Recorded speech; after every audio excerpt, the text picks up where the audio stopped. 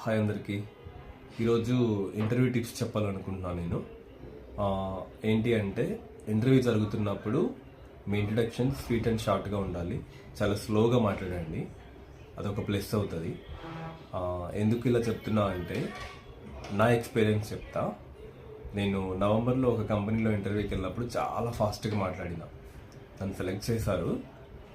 Select చేసి second panel నాకేం చెప్పారంటే, సెలెక్ట్ చేసి పర్సనల్గా మాట్లాడదామా, మీ పర్సనల్ బ్యాక్గ్రౌండ్ అండ్ మీ ఫ్యామిలీ బ్యాక్గ్రౌండ్ చెప్పమన్నప్పుడు చెప్పిన తర్వాత ఆయన, రవి నేను నీకు ఒక సజెషన్ ఇవ్వాలనుకుంటున్నానంటే, చెప్పండి అన్న. అంటే ఇక్కడ okay, we're okay with you. Next ఎక్కడైనా ఇంటర్వ్యూకి వెళ్ళినప్పుడు కొంచెం స్లోగా మాట్లాడమని చెప్పారు.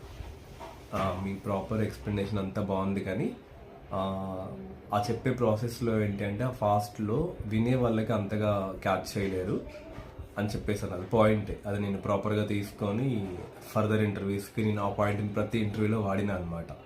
అది నాకు హెల్ప్ అయింది. చాలా స్లోగా కామ్గా మాట్లాడాలి. అస్సలు మనం ఎక్కడ టెన్షన్ అవ్వాల్సిన అవసరం లేదు. నిజంగా మనం వర్క్ ఎక్స్పీరియన్స్ మనకు వచ్చు కాబట్టి దాన్ని ప్రాపర్గా ఎక్స్ప్లెయిన్ చేస్తాం కాబట్టి ఎక్కడ భయపడాల్సిన అవసరం లేదు. అది ప్రాపర్గా అయిపోతుంది. ఇంకొకటి, మన work experience, example coding background అనుకోండి, మీ స్క్రీన్ షేర్ చేయమని వాళ్ళు ఏదైనా ఒక టాపిక్ ఇచ్చి దాన్ని కోడ్ రాయమంటే, ఇక్కడ నేను ఒక పాయింట్ చెప్తాను మీకు. ఒక ఆన్సర్ని మనం డిఫరెంట్ వేస్లో చెప్పొచ్చు అనమాట. అలాగే ఒక కోడింగ్ బ్యాక్గ్రౌండ్ కూడా డిఫరెంట్ సినారియోస్ ఉంటాయి.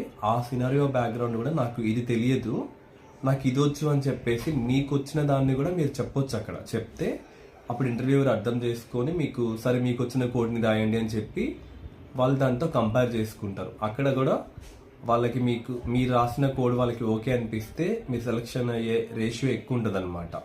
ఇది నా రియల్ టైం ఎక్స్పీరియన్స్తో చెప్తున్నా. నేను చూసా కూడా, చాలామంది అలా సెలెక్ట్ కూడా అయ్యారు.